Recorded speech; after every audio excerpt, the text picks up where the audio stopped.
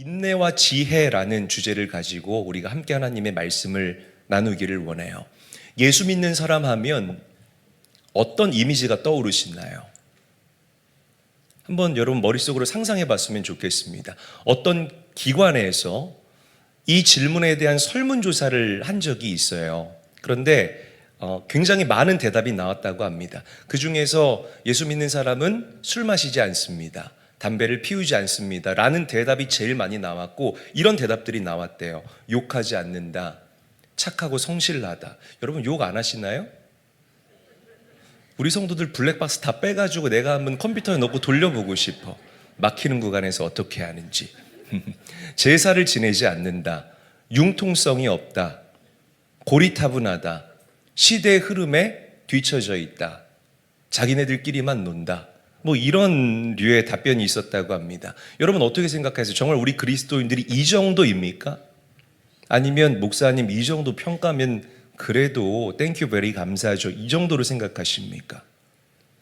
저는 예수 믿는 사람들이 정말 매력적인 사람이라고 생각을 해봐요. 동의하시면 아멘 합시다. 왜 우리가 매력적인 사람입니까? 우리는 먼저 천국 백성입니다.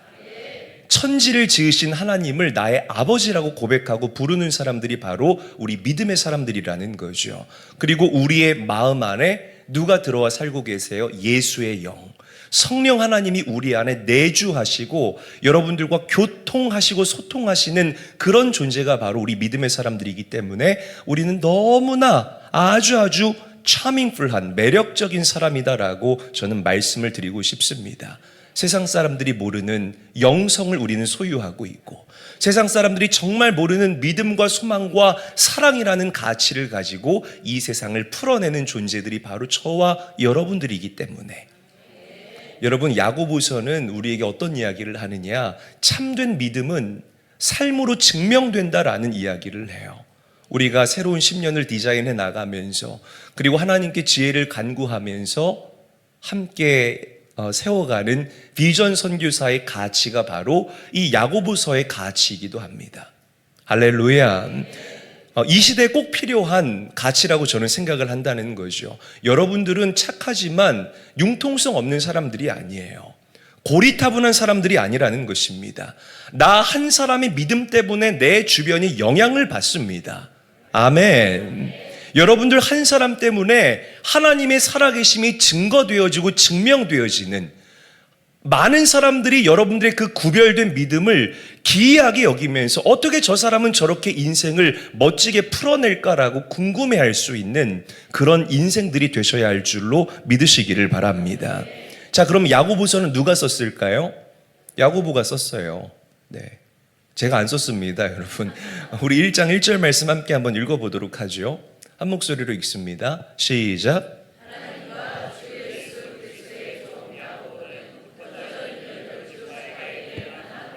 자, 야고보가 썼다는 거예요.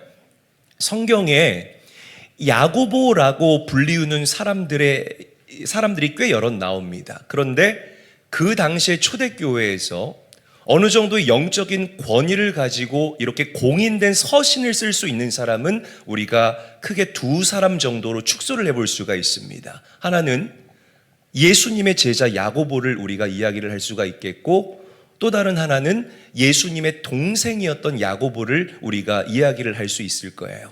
그런데 예수님의 제자였던 야고보는 우리가 잘 알다시피 일찍 순교를 했죠. 그래서 아마 이 야고보서는 예수님의 동생이었던 야고보가 쓰지 않았을까라고 저는 추측을 하고 많은 신학자들이 예상하기도 한다라는 겁니다.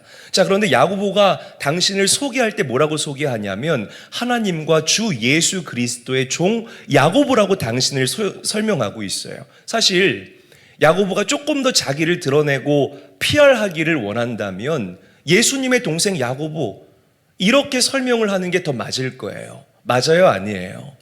저는 여러분 교단을 이렇게 범교단적으로 교제를 많이 하는데, 이 감리교단 밖에 나가서 뭐 장로교 목사님들이나 침례교 성결교 목사님들하고 만나면 저를 이재일로 알아요.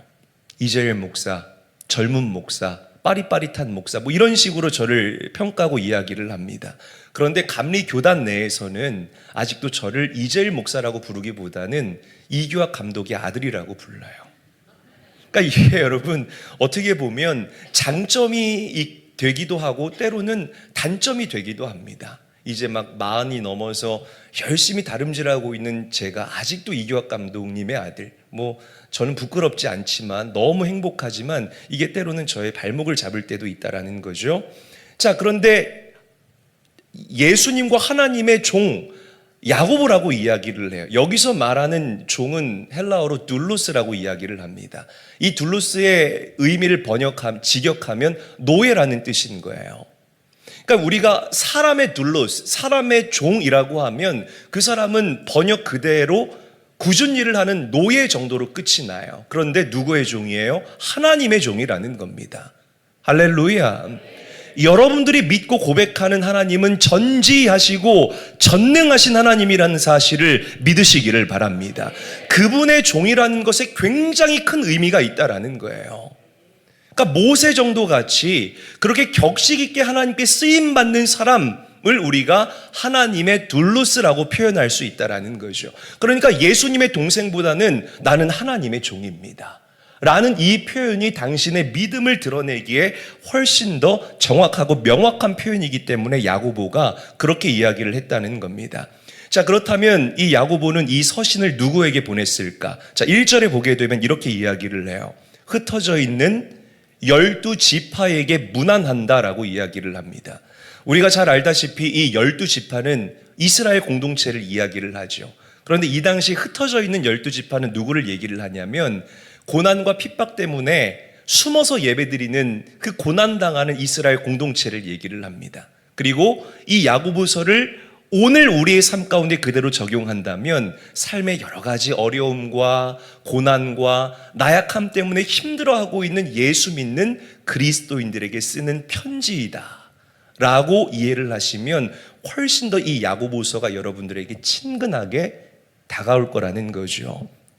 자, 그래서 야고보서는 시험과 인내라는 주제를 여러분들에게 던져줘요. 이 키워드를 한번 따라합니다. 시험과 인내. 더 크게 한번 따라하죠. 시험과 인내. 자, 오늘 시험의 첫 번째 의미인 그 시련에 대해서 한번 말씀을 나눠보기를 원해요. 자, 우리 야고보서 1장 2절에서부터 3절까지의 말씀 함께 읽습니다. 한 목소리로 읽습니다. 시작.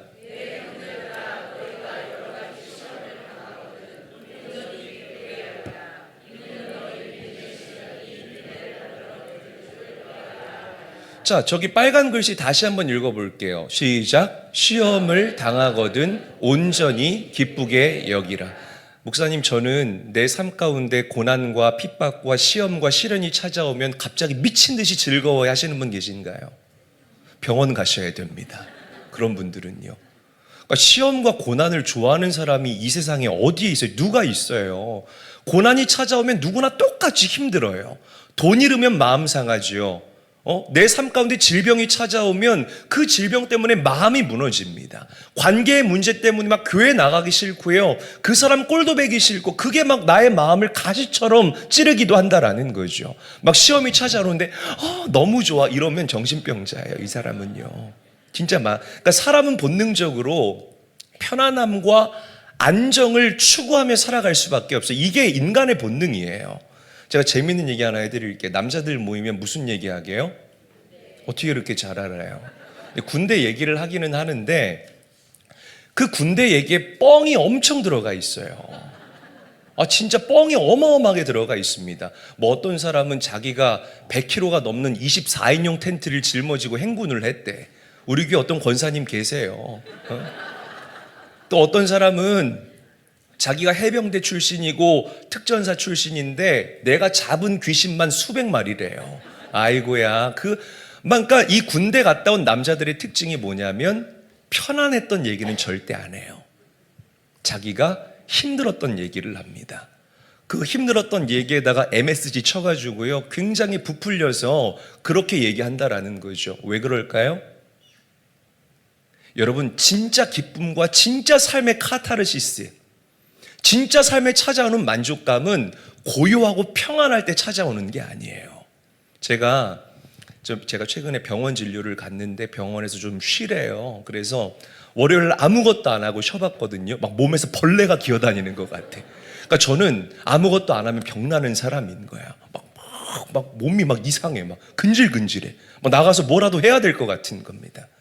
그러니까 여러분, 진짜 카타르시스는 고요하고 평안할 때 찾아오는 것이 아니라 내 삶 가운데 어떤 문제가 있을 때, 문제 없는 인생이라면 그냥 즐기면 되겠죠. 문제가 다 있잖아요. 고3의 문제는 뭐예요?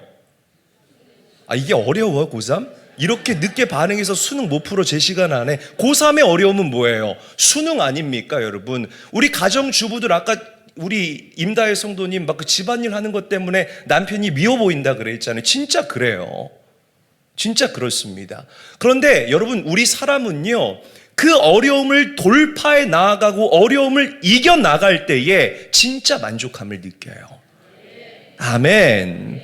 여러분, 믿음의 사람들이 고난과 시련 앞에 즐거운 마음으로 설 수 있는 것이 바로 이런 결이라는 것입니다. 우리가 영적인 시선을 가지고 우리가 말씀에 기초하여서 우리의 문제를 바라보게 되면 이 시험의 종류가 분별되어져요.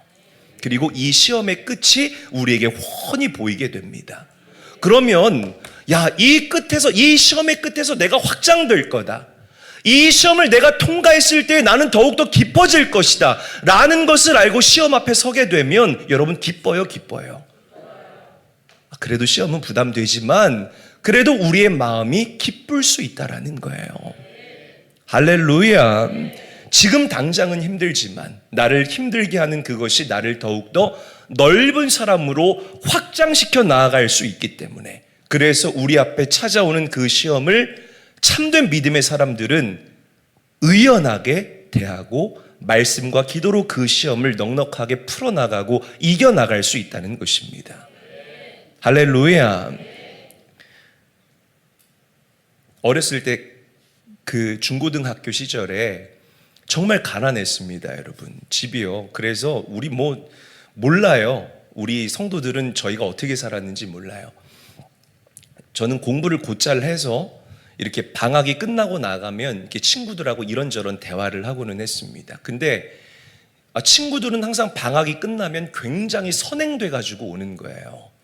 공부가 막 과외도 받고, 그래서 막 수학을 하는데 얘네는 막 지수 로그 함수하고 있는데 나는 아직도 방정식 하고 있네. 그러면 이게 막 여기서 이렇게 어떤 마음이냐면, 이건 말로 표현을 못 하는데 하는 이런 마음이 들어요. 나도 하고 싶은데, 나도 진도 좀 빼고 싶은데. 그래서 어느 날 엄마한테 제가 과외 좀 시켜달라고 그랬는데 엄마가 못 시켜준다는 거예요. 돈이 없어서. 참 속상했죠, 여러분. 나도 하고 싶은데 못할 때 이 자녀들은 굉장히 속상합니다. 그때 당시에는 굉장히 힘들고 어려웠어요. 그런데 시간이 지나고 보니까, 그리고 제가 이렇게 목회를 하는 사람이 목사가 되니까, 주의 종이 되니까, 왜 하나님께서 어린 시절 저에게 그 가난을 허락하셨는지 풀어지는 거예요.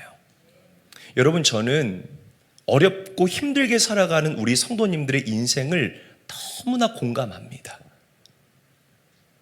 안 믿겨지세요?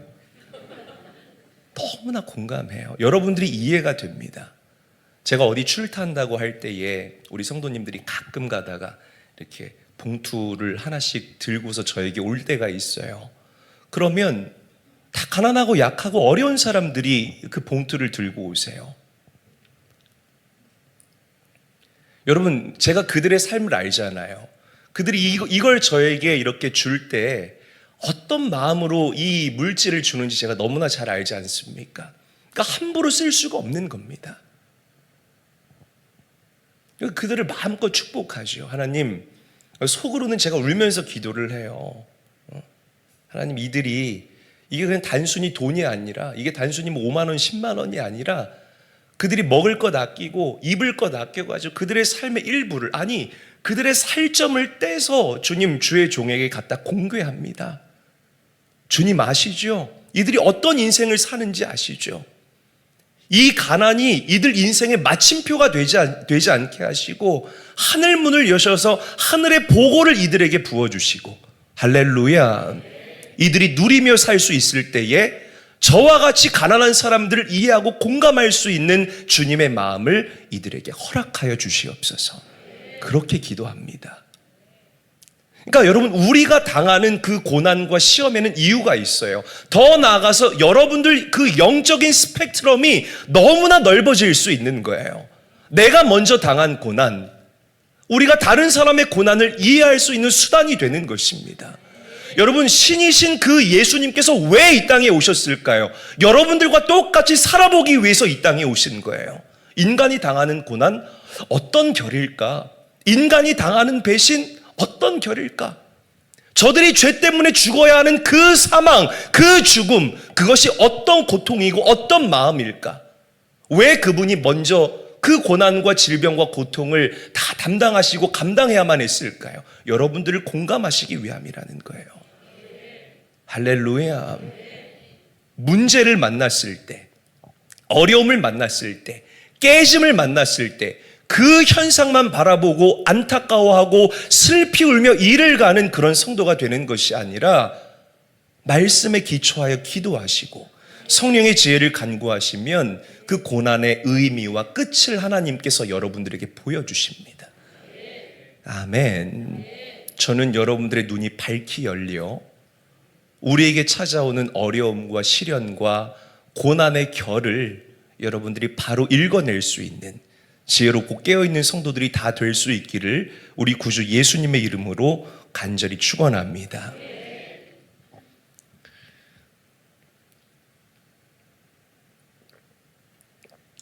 서울역에서 노숙자들 급식 봉사를 하는 유정옥 사모님이 쓰신 울고 있는 사람과 함께 울 수 있어 행복하다라는 책이 있어요. 이 책에 있는 내용을 잠깐 여러분들에게 소개할게요. 사모님이 아들을 군대를 보내고 군대 면회를 갔대요. 근데 이 아들이 되게 씩씩한 거야. 운유처럼. 굉장히 씩씩한 거예요. 하고 막 되게 씩씩한데, 아니 엄마가 갔는데 애가 얼굴이 완전 박살나 있는 거예요. 그래서 엄마가 물어봤대요. 얘야, 너 얼굴이 왜 그러니? 그랬더니 이 아들이 한숨을 엄마, 군대에 나보다 한 달 먼저 들어온 고참이 있는데 아주 괴롭혀가지고 내가 죽겠어요. 왜 어떻게 괴롭히는데 엄마한테 말해봐. 그랬더니 이 아들이 이렇게 얘기를 하더래요. 엄마, 밥 먹을 때마다 밥 그냥 먹지 말고 완전 군장을 내서, 완전 군장이라는 말 모르죠? 이렇게 백팩을 크게 만들라는 거예요, 여러분. 이렇게 20kg 이상, 잘 아시네요. 20kg 이상 그 완전 군장을 내서 연병장을 한 바퀴 크게 돌고 자기에게 보고를 받고 그렇게 식사를 하라는 겁니다. 식사 때마다. 근데 엄마도 알다시피 내가 천식이 있잖아요. 그래서 아침마다 일어나서 이거 완전 군장을 하고 뛰는 게 이게 여간 힘든 게 아니에요. 그래서 뛰다가 걷다가 쓰러졌다, 뛰다가 걷다가 쓰러졌다, 뛰다가 걷다가 쓰러졌다. 그렇게 해서 이 고참에게 보고를 하고 식당에 가면 이미 배식이 다 끝나고 나는 먹을 밥이 없어요. 아주 내가 미치겠어요. 그때 엄마가 아들한테 이렇게 얘기를 했대요. 소원술에다가 이름 써. 이게 아니라 아들, 엄마가 볼 때에는 그 고참이 자기가 쫄병일 때에 비해서 너가 너무 약해 보여서 그렇게 하는 것 같아. 그러니까 연병장을 더 열심히 돌아봐.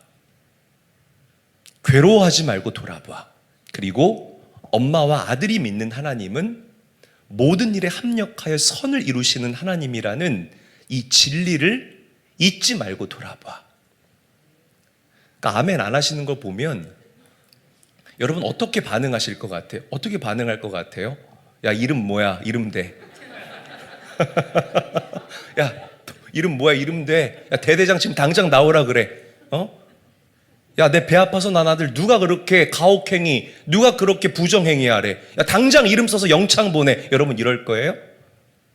대답 안 하시니까 이게 제가 말씀드렸죠. 이렇게 뭐 생각하지 마시고 바로바로 대답 좀 해주세요. 그러니까 참 이 엄마가 너무 훌륭한 엄마인 거예요. 그런데 어느 날 이 아들한테 편지가 왔대요. 편지의 첫 번째 제목에 이렇게 써 있었대요. 어머니, 저는 오늘 내서야 잘 들으셔야 됩니다. 하나님의 축복이 시련이라는 가면을 쓰고 내게 찾아온다라는 사실을 깨달았습니다. 그러니까 이게 남 얘기하니까 이렇게 또 여기서 아멘 나오는 거야. 자, 그러면서 이런 내용을 이어갔대. 엄마, 제가 그동안 연병장을 뛰면서 너무 많은 생각을 했어요. 죽일까? 때로는 열이 받기도 하고 분하기도 하고 원통하기도 하고 지금 당장 가서 결판을 낼까 하는 그런 마음이 들었다는 거죠. 그런데 엄마, 오늘 아침에 내가 완전 군장을 하고 뛰는데 평소처럼 숨이 차지 않다라는 사실을 깨달았어요. 그리고 내가 그 누구보다 빠르게 이 연병장을 뛰고 정시에 올라가서 밥을 먹을 수 있었어요. 내가 가만히 밥을 먹으며 생각해 보니 하나님께서 그 고약한 고참을 통해서 어릴 때부터 내가 앓고 있었던 그 천식이라는 질병을 고쳐주셨음을 내가 깨닫게 됐습니다. 그래서 제가 너무 고마워서 그 고참에게 경례를 했어요. 경례를 했더니 저를 의아하게 바라보던 그 고참이 내일부터 뛸 필요 없다라고 저한테 얘기를 하셨어요. 그런데 엄마, 저는 내일부터 뛰려고요. 제 체력을 위해서 뛰려고 해요. 어머니, 이 기쁨을 할렐루야 소리쳐 보내드립니다. 혹시나 이 편지에서 제 목소리가 들린다면 엄마 함께 기뻐해 주세요. 할렐루야. 여러분, 인생의 어려운 시기를 지나는 그런 성도님들이 여기 있어요. 제가 다 알고 있습니다. 몸이 아파 어려워하는 성도님들, 재정적인 문제 때문에 매달 고민해야 되는 그런 성도님들, 아니 목사님 힘들어 죽겠는데 어떻게 기뻐해요? 아니에요, 여러분. 우리의 영안이 열리면 그 시험의 유형과 그리고 그 시험의 결말까지도 우리는 미리 볼 수 있다는 이 진리를 오늘 우리 성도님들 마음에 깊게 각인할 수 있게 되시기를 주님의 이름으로 간절히 축원합니다. 그래서 그 시험을 의연하게, 때로는 넉넉하게 풀어나갈 수 있는 사랑하는 제일교회 모든 성도님들이 되시기를 주님의 이름으로 간절히 축원합니다. 우리 옆 사람과 인사하죠. 당신의 영안이 열리기를 원합니다. 인사하겠습니다. 자, 두 번째, 야고보는 인내를 온전하게 이루라라고 우리에게 이야기를 해요. 굉장히 중요한 표현이에요. 인내를 온전하게 이루라. 자, 우리 4절 말씀 함께 한번 읽어보죠. 시작.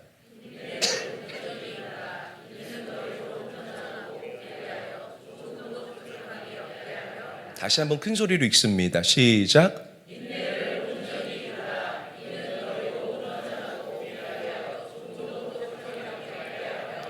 자, 말씀을 잠깐 틀어주세요. 이렇게 틀어놔주세요. 자, 인내를 이루라 라고 이야기를 하는데 어떻게 이루라? 온전하게 이루라 라고 이야기를 해요. 여기 온전하다라는 이 말은 헬라어로 텔레이온이라고 읽고 발음하는데 그 의미는 perfectly, 완벽하게 이루라 라는 뜻을 가지고 있는 거예요. 그러니까 아주 퍼펙트하게 인내하라 라고 여러분들에게 이야기를 해요. 그럴 때 우리로 하여금 온전하고 구비하여 조금도 부족함 없다. 자, 그런데 이 인내를 온전하게 이룰 때에 여러분들이 온전하고 구비가 뭔 줄 아시죠? 갖춘이라는 뜻이에요. 그 우리 어디 이렇게 구청에 가면 구비 서류라고 해서 여러분들에게 이렇게 디렉션을 줄 때가 있잖아요. 리스트를 쭉 연결하죠. 그거를 다 구비해야만 우리가 무언가 이렇게 신분증을 만들거나 여권을 만들 때 그게 온전하게 나오죠. 그러니까 온전하고 구비된 사람이 매력적인 그리스도인이 될 수 있다라는 거예요. 아멘. 이 굉장히 중요한 표현입니다. 이 사람의 매력 포인트가 굉장히 여러 군데가 있어요. 어떤 사람은 성적인 매력이 있는 사람이 있고 어떤 사람은 지적인 매력이 있는 사람이 있습니다. 그리고 그 사람의 어떤 강인한 카리스마적인 성품이 매력이 있는 사람이 있고 아니면 어떤 굉장히 유순하고 온유한 성품이 매력이 있는 사람이 있어요. 그런데 이런 육적인 매력보다 훨씬 더 강한 매력 가운데 하나가 뭐냐면 영적 매력입니다. 아멘. 이것을 우리가 다른 말로 영성이라고 표현을 해요. 그러니까 여러분 그런 거 느껴봤을 거예요. 어떤 평신도가 기도하는데 그 기도에 압도감이 느껴질 때가 있습니다. 목사인 저도 느껴요. 야, 저 사람은 영성이 있구나. 저 사람은 영적 매력이 있구나. 이게 바로 그런 의미라는 거죠. 어떤 사람이 찬양하는데 뭐 찬양을 그렇게 썩 잘하지는 못해요. 그런데 그 찬양에 울림이 있다라는 것. 그 사람에게 영적 매력이 있다라는 거예요. 여러분, 온전하고 구비하여서 영적 매력을 갖춘 성도들이 다 될 수 있기를 주의 이름으로 간절히 축원합니다. 축원합니다. 옆 사람 한번 보세요. 영적 매력이 있나? 굉장히 인내가 부족한 시대를 살아요. 뭐 교회 안에서도 이런 일들이 잘 일어나는데 참지 못하고 인내하지 못해서 그동안 쌓아왔던 영적인 공든탑 다 무너뜨리고 십수년 동안 관계했던 관계 다 말아먹어버리고 돌이킬 수 없는 그런 실수를 하는 사람들이 있습니다. 그 필리핀이나 베트남이나 아니면 이 동남아 쪽 가면 제가 줄을 서 있는, 제가 기다리는 거 별로 안 좋아해요. 그래서 저는 기다리는 식당 안 갑니다, 여러분. 아무리 맛있는 것 있어도 절대 기다리는 식당은 안 가요. 이 제 철학 중에 하나입니다. 그거 뭐하러 기다려서 음식 먹어? 입에 들어가면 다 똑같은데, 그렇잖아요. 근데 이제 기다리는데 제가 표정이 안 좋았나 봐요. 그랬더니 이렇게 음식을 볶는, 이렇게 웍질을 하면서 볶는 그 종업원이 제 표정을 보더니 오빠 미안해, 빨리 오빠 빨리 이러는 거예요. 진짜 민망했어요, 여러분. 막 비전 선교사 얘기하는 목사인데 표정이 썩어 있으니까 저보고 오빠 미안해, 빨리 이러는데 참. 여러분, 이 빨리빨리가 뭐 사실은 우리에게 가져다 주는 유익이 있습니다. 이 빨리빨리라는 이 키워드 때문에 대한민국이 역사상 유례 없는 최단기간의 압축 성장을 이뤄냈죠. 그런데 빨리빨리 때문에 또 우리가 잃는 것들도 있어요. 뭐 예를 들어서 최근에 이슈가 됐던 뭐 순살 아파트 같이 뭐 철근을 빼먹는다거나 단기간에 공사를 완공해야 돼서 얻는 그런 부작용들도 있다라는 겁니다. 오늘 여러분들을 도전해요. 제일교회 성도들은 담임 목사 닮아서 빨리빨리가 아니라 끝까지, 아멘, 끝까지라고 말할 수 있는 성도들이 되시기를 우리 구주 예수님의 이름으로 간절히 축원합니다. 대충이 아니라 온전하게 인내를 이룰 수 있는 깨어있는 성도들이 되시기를 예수님의 이름으로 간절히 축원합니다. 그래야 여러분들이 온전하고 구비된 믿음의 사람들로 이 땅을 살아갈 수 있기 때문이라는 거예요. 예수 믿는 우리가 환난 중에도 즐거워할 수 있는 것, 이거 정신병 아닙니다, 여러분. 예수 그리스도를 나의 주요 그리스도라고 고백하는 이 믿음이 있는 사람들에게 주시는 하나님의 놀라우신 은혜이고 능력이라는 사실을 믿으시기를 바랍니다. 아멘. 저를 한번 따라합니다. 인내를 온전히 이루자. 굉장히 중요해요. 인내를 온전히 이루자. 자, 우리 3절과 4절 말씀도 함께 읽어볼게요. 사도 바울의 고백입니다. 야고보가 아니라 한 목소리로 읽습니다. 시작.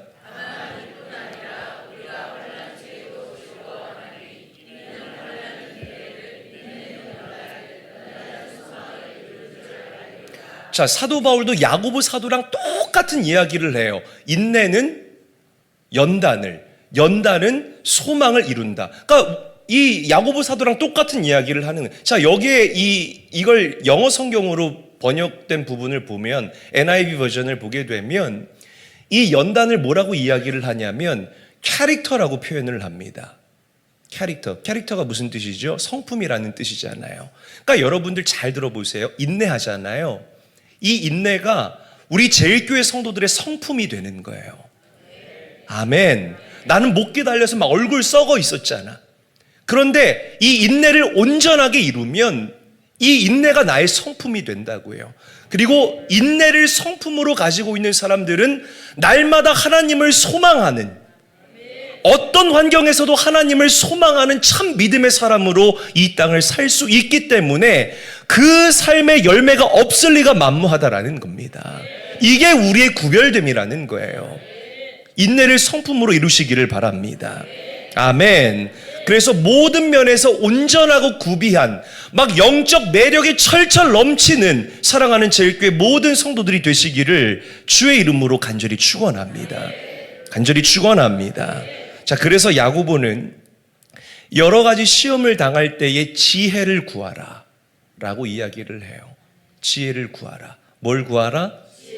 지혜를 구하라. 지혜가 있을 때 우리가 분별할 수 있고, 지혜가 있을 때 결국 우리가 인내하면서 그 인내라는 키워드를 나의 성품으로 만들어 갈 수가 있고, 그리고 결국에는 그 시험을 이겨가면서 돌파해내는 기가 막힌 인생을 살아갈 수 있기 때문이라는 거죠. 여러분, C.S. 루이스 목사님 아시죠? 이 C.S. 루이스 목사님이 옥스퍼드 대학교에서 그 채플에서 수천 명의 청년들을 모아놓고 집회를 했어요. 집회가 다 끝나고 이제 Q&A 시간이 됐는데 한 청년이 이렇게 날카로운 질문을 했다고 합니다. 목사님, 진짜 하나님이 살아계신다면, 그리고 하나님이 우리 인간을 정말 그렇게 사랑하신다면 이 세상에 알 수 없는 고난과 핍박에 대해서 어떻게 설명할 수 있겠습니까? 전쟁과 기근과 분단과 찢어짐과 죄 없는 사람들이 죽어가는 이 아픔을 목사님은 어떻게 설명할 수 있습니까? 그러자 C.S. 루이스 목사님이 이렇게 얘기했다고 합니다. 성경은 설명하지 않습니다. 다만 반문을 제기할 뿐입니다. 그러니까 이 학생이 이렇게 얘기했대. 어떤 반문이요? 그러니까 C.S. 루이스 목사님 이렇게 얘기를 했다고 합니다. 안 그래도 죄 때문에 교만한 인간의 인생 가운데 고난이 찾아오지 않는다면 이 사람은 얼마나 더 교만하게 이 땅을 살아갈까요? 이렇게 이야기를 했다는 겁니다. 여러분, 저는 이 C.S. 루이스 목사님의 말씀이 100번, 1000번 맞다고 생각해요. 동의하십니까, 여러분? 언제 기도해봤어요? 고난 앞에서 우리는 기도해요. 언제 콧물과 눈물이 막 바닥에 떨어질 때까지 여러분 기도합니까? 평안할 때 그렇게 기도하나요? 아니요. 내가 기도로 무언가 돌파를 이루어내야 될 때 우리는 하나님을 찾고 주님의 옷자락을 붙잡는 심정으로 주님 앞에 엎드려집니다. 고난을 통해서 우리는 기도를 배워요. 고난을 통해서 아직은 좀 미성숙하고 아직은 조금 이렇게 온전한 모습이 아니지만 그래도 용기 내서 주님 앞에 설 수 있는 방법을 배워요. 고난이 없으면 예수 안 믿었을 사람 이 자리에 몇 명 있을 것 같아요, 제가 볼 때. 그러니까 여러분, 고난이 우리에게 주는 유익이 분명하게 있다라는 거예요. 고난 앞에 불평하거나 불만하지 마시라는 것입니다. 이 얘기 또 하지만 제가 미국에서 교회 개척했을 때 간단하게 줄여서 얘기할게요. 그 좋은 12명의 개척 멤버들 하나님께서 다 뿔뿔이 흩어버리셨어요. 제가 잘못해서 흩어진 게 아니라 졸업반이라서 다 뿔뿔이 흩어졌습니다. 창립 예배를 드리는데 3명에서 예배를 드리는 거예요. 저랑 김동훈 사모랑 그리고 감리교 신학대학교 후배 전도사님. 그러니까 여러분, 성도는 단 한 명도 없이 이 개척 멤버 교역자들끼리 예배를 드리는 거예요. 그러니까 제 마음이 얼마나 비참했겠습니까? 생각을 해보세요. 그런데 다시 성도들이 모이기 시작했을 때에 저는 이 개척 초반의 마음과 그 이후의 마음이 달라졌다라는 사실을 깨달을 수 있었습니다. 처음에 이 개척 멤버들이 정말 완벽했거든요. 반주자도 있었고요. 찬양 인도자도 있었고요. 안내도 기가 막히게 하고, 그러니까 이 기술적인 부분에 제가 완전히 뿅 간 거예요. 그러니까 막 교만한 마음이 이 안에 들기 시작하는 겁니다. 얘네들만 있으면 이 교회 되겠다. 어리석죠. 정말 어리석죠. 목회는 영적인 영역인데 막 육적인 화려한 그 기술적인 영역을 보고 교회가 될 거라고 착각을 한 거예요. 여러분, 저는 참 하나님이 살아계시다는 것을 저를 보면 확신하는 게 제가 목회를 하고 있다는 게 기적입니다. 아멘 아무도 안 해주셔서 감사합니다. 아멘 하면 거기 빨리 쳐다보려고 그랬어요. 누가 아멘 하나. 그러니까 저는 이 사람에 대해서 그렇게 아쉬움이 없었던 사람이거든요. 그런데 그렇게 사람에 대한 갈급함을 저에게 주시는 거예요. 막 성도 하나가 교회 오면 막 너무 좋은 거야. 막 예배하다가도 막 얘 말씀 잘 듣고 있나 막 쳐다보고 막 전화번호 주면 더 땡큐베리 감사고요. 막 전화번호까지 주면은 내 마음에 잔치가 일어나요. 안 먹어도 막 배부르고. 막 여러분, 사람이 너무 흥분하면 이렇게 막 음식도 잘 안 들어가는 거 아세요? 알긴 뭘 알아요. 맨날 먹기는 없어서 못 먹죠, 그죠? 그러니까 막 이 영혼이 너무 귀한 거예요. 그러니까 하나님께서는 그들을 다 그러니까 처음엔 너무 어려웠잖아요. 하나님 이게 뭡니까? 하나님이 하라고 해서 교회 개척했는데 야 이게 3명이 말이나 됩니까? 그런데 하나님께서 그 과정을 통해서 저에게 뭘 깨닫게 하셨냐면 한 영혼의 그 소중함을 깨닫게 하신 거예요. 할렐루야. 그러니까 여러분 제가 저밖에 모르던 사람이 우리 성도들 얼마나 사랑하는 줄 아십니까? 여러분 바라볼 때 제 눈에 이렇게 하트가 그려지는 건 안 보이십니까, 여러분? 제가 얼마나 우리 교회 성도들을 사랑하는지 모르겠어요. 그러니까 이게 그 과정을 통해서 그 당시에는 아까와 똑같은 결의 이야기지만 그 당시에는 정말 죽을 것처럼 힘들었지만 다 흩어버리시고 한 사람 한 사람 불러주셔서 그 사람이 온전한 그리고 구비된 그리스도인으로 빚어질 때까지 저로 하여금 양육하게 하시고 같이 울게 하시고 같게 웃게 하셨던 그 하나님의 이유와 뜻이 있었던 거예요. 그러니까 성도들 귀한 줄을 아는 거죠. 아멘. 아무도 안 하시네요. 할렐루야. 그러니까 여러분 야고보 사도가 이야기하는 거예요. 하나님께 구하여 지혜를 얻어라. 할렐루야. 저를 따라합니다. 하나님께 구하여 지혜를 얻어라. 말씀 읽어보죠. 5절 말씀입니다. 시작.